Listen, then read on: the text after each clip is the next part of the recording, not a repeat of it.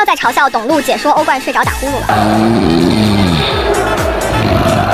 当我熬夜看球赛，只睡了2个小时去上班，我的精神状态比 like。